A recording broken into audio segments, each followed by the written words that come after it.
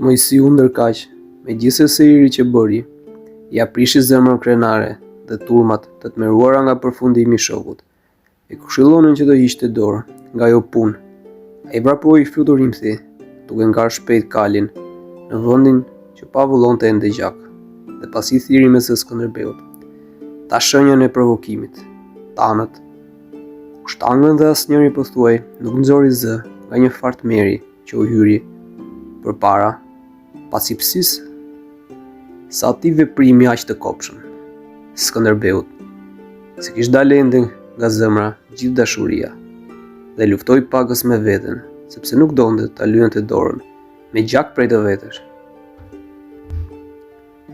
Por kur e pas ai, po ngulte edhe më fort këmbë, dhe se veç kësaj, po i të shara pa mas, la më njanë çdo ligj njerëzor e hynor.